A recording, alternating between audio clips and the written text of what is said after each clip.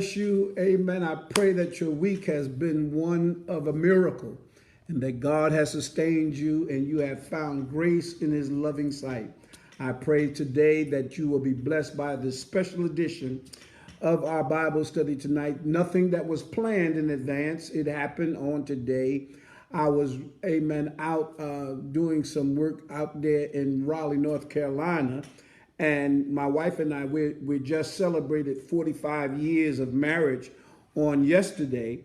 And as a direct result of that, this idea of just sowing into the lives of some of the people that I know, amen, their lives and different things came across my heart. And, you know, marriages today are going through a lot of transition. A lot of things are going on to impact marriages. And so today, while I was in Raleigh, the Lord just laid it on my heart to the point where I could not resist. I had to go and be obedient. And so as soon as I got back to Rocky Mount, I began to immediately get the PowerPoints together, trying to get some scriptures together. And, you know, he always calls you sometimes at the last minute, and you just have to be ready when he calls. And so as a direct result, amen, I had come to just be prepared to share some nuggets out of the 45 years of marriage that my wife and I have experienced. Amen. It hasn't all been easy, but it all has been fair. Amen. So we got married in 1975. Amen. We were 18 and 19, two children trying to act grown, and we didn't know hardly anything, but God has sustained us, amen, throughout. And so as a direct result, I want to take this time out to be able to share some ideas of what marriage is like for those who would listen. Sometimes people don't want you meddling in their relationships because they think they have it all together and they don't want nobody really talking to them about their relationships. But I'm here to share that it's very, very important that we learn that everybody has experiences when it comes to marriage. Amen. And so as a direct result, I have taken this time to want to share, amen, just some nuggets, just some ideas, amen, that might help you in your relationship. Because today, many relationships are not really lasting. They are, amen, for the moment, amen, because things are well and people get excited for the moment. But we've got to learn that marriage is not designed to be a moment. Amen. We have what they call today substitutional marriages. In other words, as soon as I get tired of how you're behaving, or I don't like this and I don't like that, they get another substitute. It's no real commitment. So tonight, amen, as I have shared already, my wife has and I have shared 45 years of marriage together. That does not, I want to repeat, that does not make me a professional. That does not mean I know it all. It just says that I am going to do my best by sharing the gospel, and hopefully somebody will be able to glean from that which I've learned over my 45 years. Amen. A lot of times people don't, you know, the young generation today, they don't really want to sit down and share their heart and their views and things that are going on. And, you know, a lot of times what prompts me during this time when I may post how many years my wife and I have been married. And, you know, so many people congratulate you. Oh, you're a beautiful couple. You know, and many people sometimes just think that it happens. But marriage doesn't just happen. It requires a lot of work. And if I could capitalize all the letters, amen, I would really empower you to understand that it requires a lot of work. And oftentimes, many people are unprepared for the reality of marriage. They have an idea of marriage. They fall in love with the idea of marriage, but they really don't understand the sacrifice that is involved in marriage. Yes, it is blessed. Yes, it is awesome. Yes, it has its ups and downs. And in 45 years of my relationship with my wife, amen, I want you all to know that, amen, there has been some tough times. There has been some times of going through tears, broken spirits, broken hearts, amen, disappointment, setback. But through all of that, amen, you notice that I said through all of that, amen, we have remained. And it's something to understand that marriage, listen very carefully, marriage is an institution ordained by God. Let me say that again. Marriage is an institution that is ordained by God. But before I get into the lesson, amen, I always like to have prayer before we start. Amen. And so today I want to, before we get into, why not call a friend or a relative? Call somebody that you know who may be going through in their relationships and need some help, but don't want to go to a counselor. Well, this is a good way to get their soul and their spirit fed by not, amen, someone imposing upon their privacy, because we cannot see you. So why not call a friend or relative or someone you know who may be struggling in their relationships, that they might be able to glean from just these few minutes. Let me tell you something. It takes a lot of work, and just this 45 minutes to 50 minutes that I may be talking to you is not like a movie that, amen, it starts rough, it has a bad middle, and then the end, amen, everybody's happy and running off in an hour. This is not a show. This is not a movie broadcast. This is a real reality, amen, and it's not a reality show. A lot of people sometimes get caught up in these reality shows, but you fail to understand. They're just acting. They're not really, these situations that you see on these reality shows are not really real, because they got cameras pointing at them and all that, you know. So again, as I say, this is the real deal, Holyfield, and we need, excuse me, we need to really understand that relationships are being tried in this hour. And I believe that this is why God would not release me while I was in Raleigh, to share, amen, just a few moments, amen, to the point of marriage. So let us pray. Father, in the name of Jesus, we give you all the glory and the honor, because you are an all-wise God. There's nothing that you do by accident. There's nothing that you do by mistake. And so therefore, God, we give you praise and we give you glory. We give you honor in the precious name of Jesus. We thank you that, God, you're so supernatural. You have kept my wife and I for 45 years. We've dated a year, and God, I thank you for the experiences with all of the ups and downs and the things that have happened to cultivate, amen, not to destroy, but to cultivate our culture in our spirit, to be able to be an instrument in your mighty hand. And so, God, we thank you right now as I prepare to speak just a few words of wisdom and understanding through my experience and in my relationship with the Word of God. I pray that it will help somebody. I know, Lord, that I cannot help everybody, because everybody will not listen or take heed to the promises and the word that you've given. So, God, I ask you in Jesus' name to bless the hearer, and I pray that those that are coming on, amen, line, that they would be obedient to reach out to their friends and their relatives, someone they know that may be struggling in their relationship. I pray in Jesus' name that this too, amen, will happen on their behalf, and that they will be blessed. In Jesus' name, amen. Amen. So let's get into it. Amen. I'm excited about it. Amen. I believe God got a word from somebody. Amen. I hope that somebody is you. And so as I started off, amen, I talked about how marriage is an ordained institution by God. Amen. And with that in mind and being said, it is the most attacked institution known to mankind. Marriage is, under the onslaught. All kinds of things that will happen or could happen comes against marriages. And we need to understand that the devil does not want, amen, an institution designed by God, amen, to manifest. But one thing that I love about this institution is that it is so important to God. Listen to me carefully. It is so important to God that he has put a warning sign upon it. What do you mean, preacher? What do you mean by a warning sign? What do you mean that God has created a warning sign? Well, let's look at the scripture.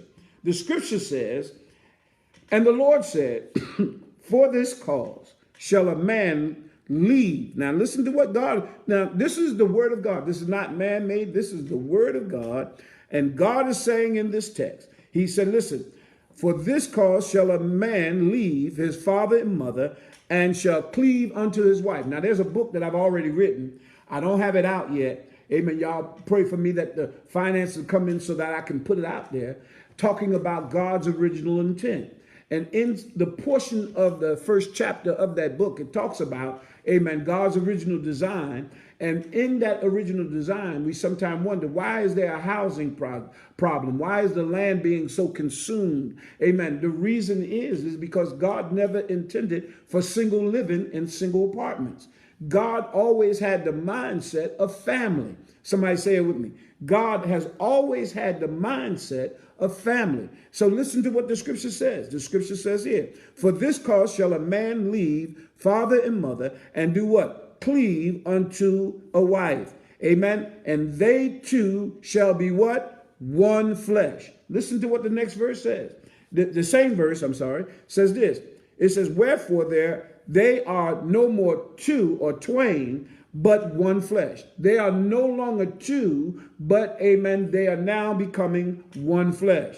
And it says, what therefore God has joined together. Here's the warning upon the institution. He said, wherefore what God has joined together, let no man put asunder. In other words, God is saying, don't touch this.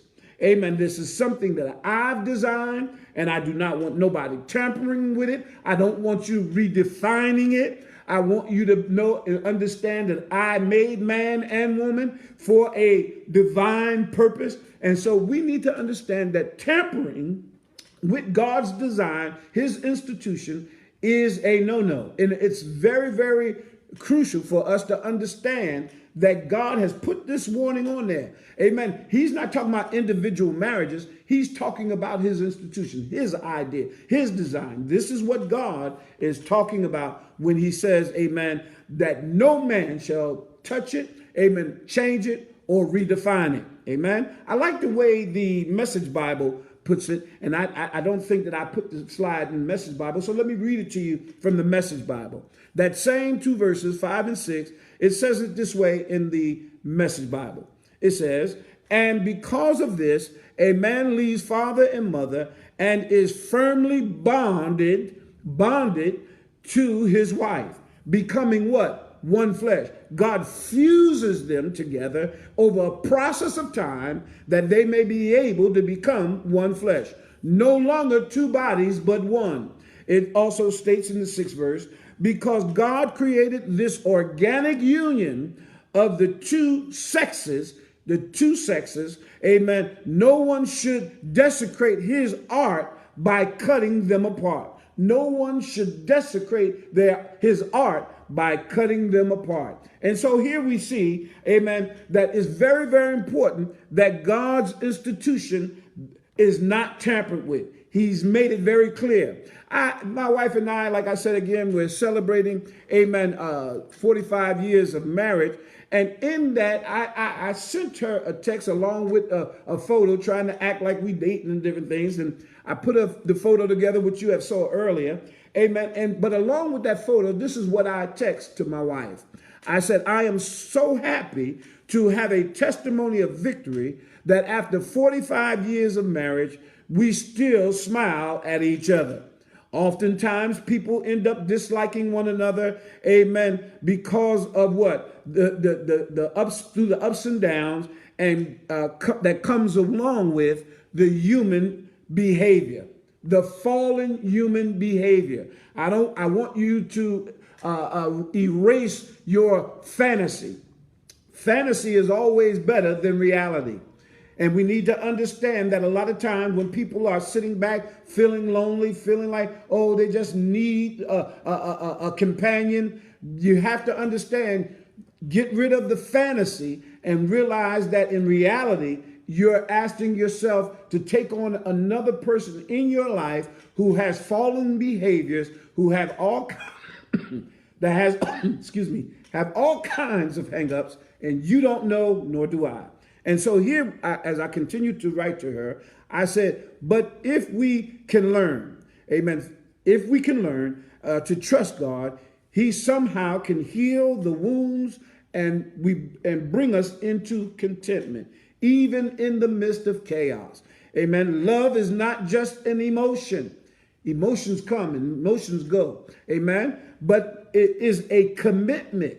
Amen. We've got to understand that marriage is a commitment. It's not just based on all the goosebumps and, oh, you make me excited. Oh, you do all these things. This is not what marriage consists of. It plays a small part, but it's not the major of your focus. And I went on to write to her. I said, it says, love is not an emotion, but a commitment. And I want to thank my wife for standing, for listening, for believing that one day, amen, it would get better. And this is so very, very important that we walk a life of understanding that God is in control. If we would learn to trust him, humble ourselves to him, and then he will do some great and mighty things. I want to, for today's thought, I want to use as a thought, amen, the many faces of marriage. The many faces of marriage. Sometimes you feel like a nut. Sometimes you don't. We need to understand that sometimes you're going to be on the mountain. Sometimes you're going to be in the valley. Sometimes you're going to be in neutral. And we need to understand that I told one brother one day, I told him, I said, oh, y'all in a moment, squeeze every moment of excitement out of that moment, because the moments don't last. So get everything, squeeze it all out. If you're happy, go ahead, get it all in, because moments shift, emotions shift, temperament shift. And so you have to be able to be agile, mobile, and versatile when it comes to relationships. And a lot of times we're so starchy and it's my way or the highway, but there are many faces in marriages. Now, when you get married on that great day, I just want to throw this in here. Amen. When you get married on that great day, somebody say great day. Amen. When you get married on that great day, you know, you got the family, you got the photographer. Amen. Everything is just flowing. Amen. Families around. Folks are excited. Music is playing. Amen. Gifts are being thrown. Amen. Is given. Amen. So much. Amen. The honeymoon is about to take place. It's a breathtaking experience. And you just get excited about the moment. Amen. You get excited about what you're getting ready to experience. You are in your bliss in that moment. Amen. You're in that bliss in that moment and you're excited. Oh, you're smiling. The photographer, you're spending like $500 to take, amen, a photo shoot. You just go all out. You're ready and you move forward and you enjoy one another. You're sending out invitations. Oh, it's an exciting event. But now time rolls on. Time begins to move. Amen. And things began to happen that wasn't calculated in the experience. Amen. You began to see, amen, little quirks. Amen. And as time rolls on, there's something that takes place. What is it called? It's called real issues. And the issues are real. If you look at that slide that I've got up on Facebook, you'll see, amen, the issues that arises through time. Amen. And these issues are real. Notice how excited I was as I presented that great wedding day. That day when you, amen, enjoyed your spouse and you're excited about what you see. And oh, you just all in. Amen. All in, no reserves. Amen. No holding back. You are just in it. Amen. You are thrilled. Amen. And so now time rolls on. The flesh dies down. Amen. Because let me tell you something. Don't let nobody fool you. Amen. When God spoke, allowed Adam to speak in the garden, he said, bone of my bone and flesh of my flesh. Let's get it on. And baby, let's get it on. So, you love the mind and all those things, but the flesh is the major part. When you first get together, you're excited. Amen. Then time rolls on. Excuse me. Time rolls on, and now we come to a real reality that now we got to make this thing work. Number one, you'll see on the slide. Let me put the slide up by itself. Amen. So that you can see it real good. Number one, who's the blame? Uh-oh. That's what we get into. Who's to blame? Amen. If our goal is to win, then you've already lost. See, when you try to make something your paramount goal when it comes to marriage, and you always try to sit on the throne of right, then all you're doing is making the partner feel like they are never able to be the one whose way is seen. And so therefore you fight to be right. You fight to say it's you and not me. And as a direct result, the enemy starts slipping in. Come on, somebody. Number two, amen. Look at number two. Number two says the impact. If you look at the impact, you'll see, amen, children, amen, now being affected by the battles that are taking place in the home. What's the after effect of your unwillingness to compromise? Listen to what I said. Your unwillingness to compromise. It affects your family. Amen. You began to depart from the design of God's original intent. God didn't want the family to be in the uproar. I want to show it again as to how the children are trying to block their ears. They're trying not to hear all that is going on. Amen. One thing that I suggest to all couples, if you're going to have a strong disagreement, if you're going to have a shouting match, don't do it in front of your children. You're leaving, amen, a stigma. You're leaving a mark in their spirit. And then when they grow up, they realize that that's how to deal with conflict. Amen. Who can holler the most? Whose point is right? Amen. Listen to this now. Look at number three. Number three says, who's the mediator? Now, I like that because what happens is when you look at that picture, amen, you say, who's the mediator? When there's a disagreement, where do you go? What do you turn to when there's a disagreement? If you do not have mentors in your life, then you will always have problems in your relationship because no one can tell you what to do. It is your way or the highway. And we got to realize that flesh is strong. Flesh fights, amen, right. Amen, because every man does what? When we entered into the book of Judges, the Bible says every man did that which is right in what? His own sight. Now, as I say that in marriages to say this, is that when you do not have mentors, what you do is you create a idea or a mirage that you are always right in every situation and every argument.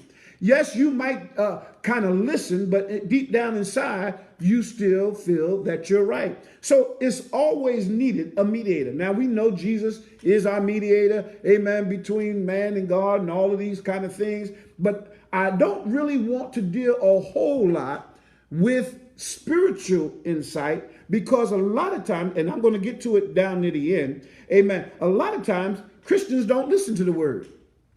And see, you can dissect that word and still stand on your fence of rebellion and unwillingness and uncompromisable. Why? Because that is the ingredient nature in the flesh. Amen. And so again, let me go to the next one because I really want to finish this because I do have a little bit here. Amen. Cash flow issues. Who decides about the proper spending or the wrong spending? That is a major issue in relation. Well, again, my friends, amen, something had happened that we were disconnected. And so I am rebooting, amen, and starting all over again with the session that I've started already. I pray that whatever transpired, I don't know exactly where it broke off, but we're back again, amen, trying to start up, amen, all over again. Let me back up just in case you've missed some of the points that I've made. Amen. I've been talking about the fact that we've got to realize that marriages, amen, they do work. And I began to talk about, amen, point number one, who's to blame? If your goal is, amen, to win and be right, then you've lost already. Number two, the impact. What's the effect of your unwillingness to compromise? Again, I realize and understand that God is able to keep us from falling, but we've got to get back, amen, to understanding that God's plan for us is important. Again, I noticed that we were cut off and I'm starting back again. I hope that where I left off, I'm right at that point. If not, we'll just go with where we are. Amen. Number 3, I talked about who's the mentor. Amen. When you get into disagreements and you have problems in your relationships, who do you turn to? Who do you go and ask for advice?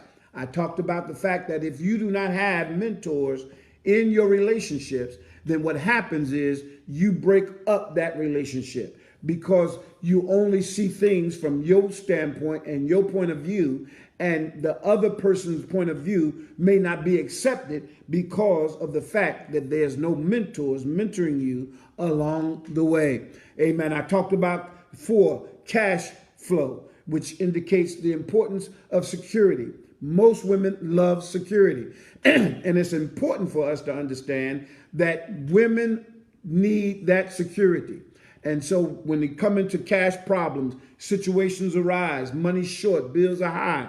It's so very, very important to understand that communication has to be that next step. That next step is communication issues. As I said earlier, amen, if it wasn't cut off, I talked about the fact that communications are different. Women communicate different than men. Men communicate different than women. And so as a direct result, we have to, amen, be able to receive what someone is giving us, even if we don't agree with it or understand it at that moment. Communication sometimes our signals are crossed because while that individual is speaking, you're already preparing your mind to have your comeback. And so therefore, a lot of times we're not listening because we're waiting for our turn. So it's very, very important to understand that. I also talked about sexual frustration. If you are tuning back in, I know that we've had a problem with our connection, so we're reconnecting. And I pray that it's now doing fine and that you're tuning back. Call your friend or relative, let them know we're back online and that they can tune back in. Listen to this. I talked about sexual frustration because sexual frustration comes sometimes from previous arguments, amen, disagreements, amen, something that is not being done that's still a root somewhere in one of the spouse's spirit that is causing them to be off kilter with the relationship. So it's very, very important to understand that God is trying to get all of our attention to understand we all have a fallen nature. Amen. And so we need to be able to be anointed. Listen to what I just said. I said something that's very, very powerful. I said we all need to be anointed. What do you mean by being anointed, Pastor? I'm talking about being anointed because if you're not anointed in giving and forgiving, amen, then Satan will have the anointing to break you up. Let me say that again. You have to be anointed in giving and forgiving. How powerful are you? How powerful is your anointing in forgiving and giving?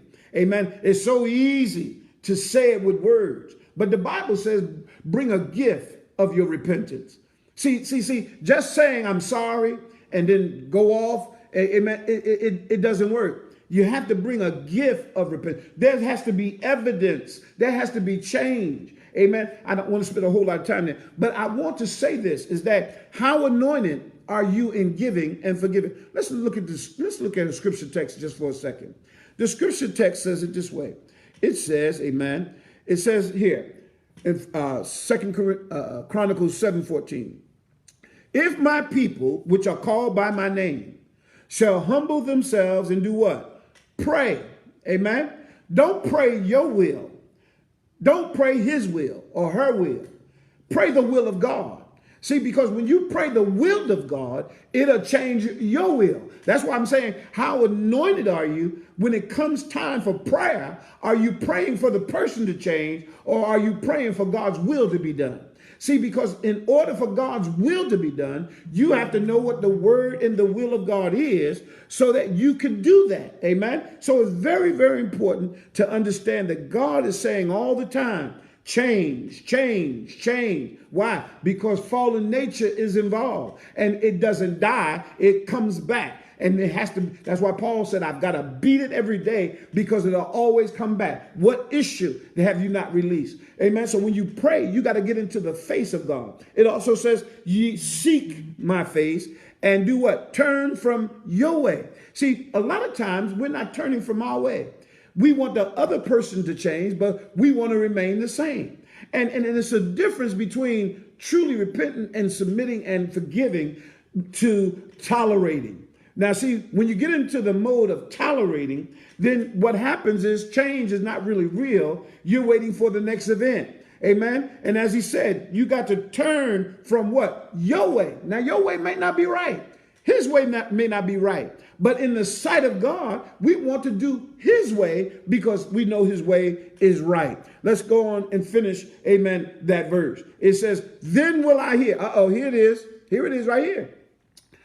Relationships will change when we do the preceding portion of the verse. What was that? Pray, seek his face, and then turn from our own way to his way. Then he said, when you do that, change is inevitable.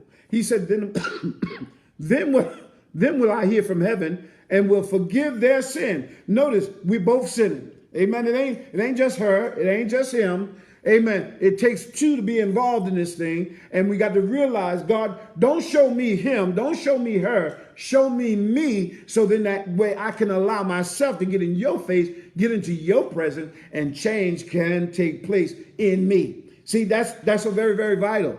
And it's so very, very important to understand. Change, when you change the environment. Amen. You change your surroundings. But a lot of times we look out and we want to change that person rather than change ourselves, because changing ourselves will have an effect outwardly with the rest. Let me go on and continue. Amen. Listen to this. Amen. As we read this, marriage is what? Marriage is a journey. Come on, say it with me. Marriage is a journey. I want to say it one more time. Marriage is a journey into the unknown. It is marriage is a journey into the unknown. What do you mean, preacher? There are a lot of unknowns in a person's behavior. Amen. Are you hearing what I'm saying? There is a lot of unknowns in the lives of people in whom you now have given your life, and it doesn't appear until later. Amen. It's almost like an artist. An artist gets a pen or a pencil or whatever, and he gets his canvas and he starts drawing. The picture is not seen right away. He draws a little skeleton. He draws little bony hands and different things. And as time develops, he starts, amen, adding all the little different things that is needed to make the picture. Amen. And then at the conclusion of that, amen, then what happens is he begins to draw the outline of the rest. And so as you see that, what happens is you're starting to see the full maturity of the picture. And that's why I say we travel in the unknown. Things that even the person, now let me tell you something. Sometimes even the individual doesn't know some of the things and the characteristics that they carry because the situation hasn't presented itself. And so as a direct result, we need to understand that until certain situations arise, I do not know how we will respond. And so it's very, very important then that what the word says, what? That in 2 Corinthians 5:7 says what? For we walk by faith and not by what? Sight. This is how we walk. We walk by faith and not by sight. It is so important to understand the principle because the enemy will show you all the negatives. And if you are fleshly, if you do not listen, if you do not take heed, then what will happen is you will not bring about change. You'll stay the same. You'll stay rooted and grounded in your position, and you will not yield, nor will you give. And as a direct result, relationship starts falling apart. Amen. As again, I say, I am not trying to act like I am the professional. I am just sharing some nuggets out of experience of 45 years. And if you can glean, my prayer is that someone will be blessed. Now look at how Hebrews 4:2 says, for unto us was the gospel preached. Come on now. A lot of people can quote scripture. They do real good. Amen. Listen to what the scripture says. For unto us was the gospel preached, as well as unto them.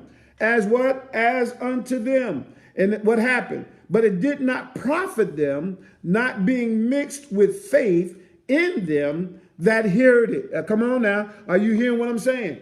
It did not profit them. Why? Because they did not, amen, do what? They did not mix, amen, what they heard with their faith. Amen. And as a direct result, the process could not work. Why? Because of improper mixture.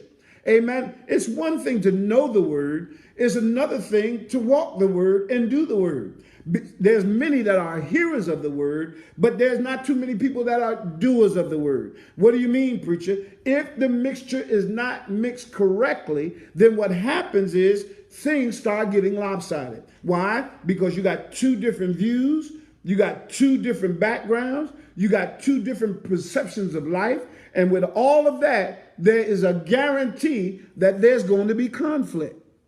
Oh, come on, somebody. I wish somebody would say hallelujah.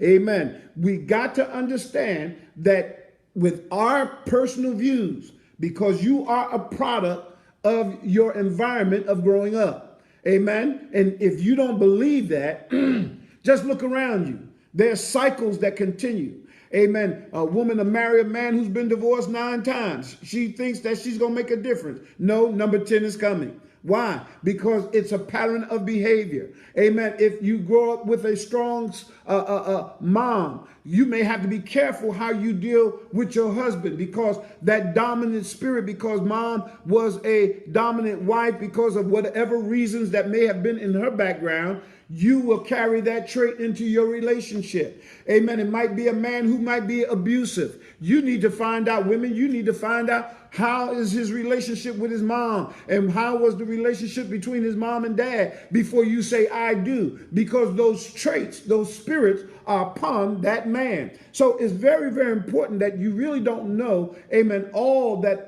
is going to transpire in your relationship until you get in that relationship. And then you have to, amen, do what? Now trust God in every area of your relationship. For we walk by what? Faith, and not by what? Sight. It's very, very important. Amen. God doesn't want us to be destroyed in relationship. He wants us to enjoy one another. Amen. Listen to this. Listen to what this verse says. Matthew 12:25. The Bible says, and Jesus knew their thoughts. Amen. He's talking about the attitudes of the scribes and Pharisees, and said unto them, every kingdom, listen to what I'm saying now, every kingdom divided against itself is brought to desolation. Amen. What is it saying here?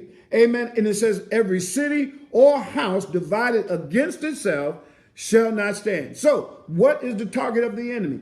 What is the purpose that he has? His purpose is to come, divide, and conquer. Amen. Get you seeing your view and that you're right. Get him seeing his view and he's right. And guess what happened? You won't come together. Why? Because the enemy doesn't want that coming together, because he knows that if you come together, amen. A lot of people do all this talking about, oh, well, we need to just touch and agree. No. We need to get our spirits right. Amen. You need to get your conversations right. You need to get your views right. And then you can come together. Because if you're looking east while the other is looking west, how can you come together? Amen. So it's very, very important. And I want to reiterate this here thought once again, that is so very, very important that you read material that will help you in your flaws. Somebody didn't get what I just said. I said, get material that will help you in your flaws. Amen. If a marriage is suffering, you don't be getting books about how you can get rich. No, you need to get books that deal with relationships and read them and pray about what you've read. Let that word get inside you. Amen. Alongside with the Bible. Amen. It's so very, very important. People want great marriages. People want great success in their relationships, but nobody's taking the time out to do the groundwork. Amen. And so it's very, very important. Amen. The house will not stand. Now, as I put this slide up here, I want you to look at it and see that marriage is supposed to be bliss. It is not supposed to be a battleground. It is not supposed to be a place where, you come back talking about how many scars you got and what you had to deal with. Child, I'm going through and I'm sick of this and all this foolishness that goes along with relationship. Yes, we're supposed to be smiling. We're supposed to be happy. We're supposed to be lit. And especially being Christian. Because basically, I want you to know, I am talking to Christians. The sinner's going to do what they want to do and how they want to do and all those things. I am challenging Christians. Don't you know the divorce rate in Christendom is just escalating? Why? Because everybody now is what they call substitutes. You just getting married just to substitute my emotions for the moment. Amen. You might make me happy for 10 minutes, but after that, I'm ready for the next Joe or the next Mary. And that's not the design. That is not the institution that God has set up for his family. And so we need to realize and come to an understanding that God wants us to smile. God wants us to be enlightened. God wants us to have the Cheerios. God wants us to have great sex. Let me say it again. God wants you to have great sex. Somebody posted right there right now. I know I see some of the saints online. Amen. Don't be afraid. Listen to me what I'm saying. God wants married folk to have great sex. Amen. Notice what I'm saying. Married folks, for the bed is undefiled to married folks. Amen. I'm not talking about your girlfriend and your boyfriend. I'm not talking about them. I am talking about, amen, married folk. And God wants us to enjoy each other. Amen. If you all want to continue this, amen, session, just email me. I got the email up there, apostle.anderson@gmail.com. If it's not really that interesting to you, amen, then we will not go on with this, because I am in a series talking about finances, which is very, very vital, amen, in this crucial hour that we're living in. And so along with your emails, if you like, go on and send me some things you might want me to talk about.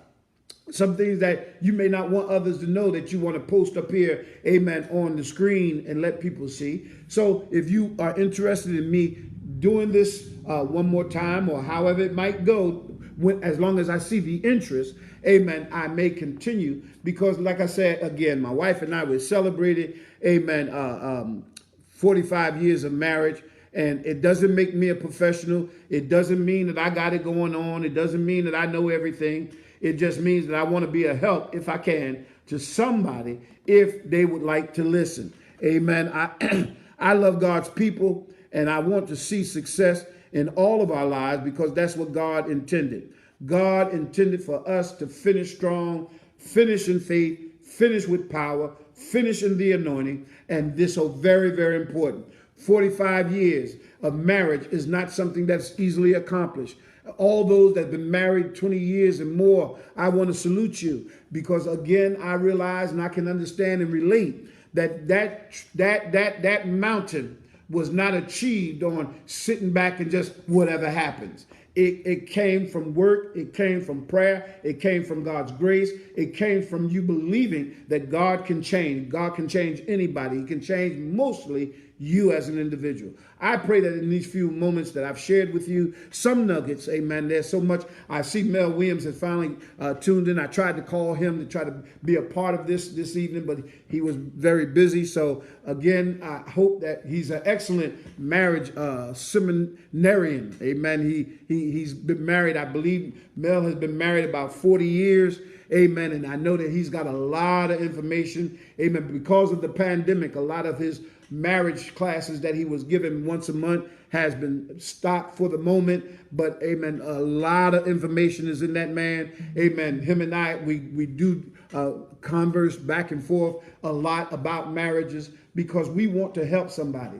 Amen. Can't help everybody, but we want to help somebody. And that somebody may be you. Amen. Don't be afraid to contact your pastor. Amen. Married folk, to be seasoned in the gospel. Those that will not take sides. Amen. As I always tell our people when they come and ask me to get involved in their relationship, I tell them I'm not on nobody's side. I'm not on the man's side. I'm not on the woman's side. I'm on God's side according to the word. And if we will get back to the importance of the mixture of God's word correctly. Now, before I get off the air, I do want to say this.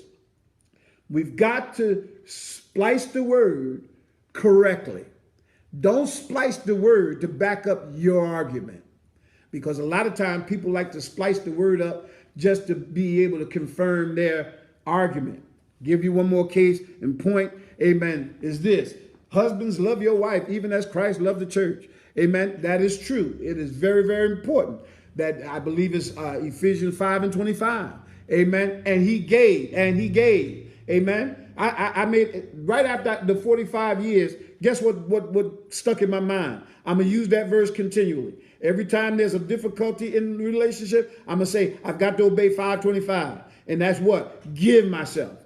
See, remember what I said earlier? You got to be anointed in giving and forgiving. If you're not anointed in those two arenas, there's going to be conflict.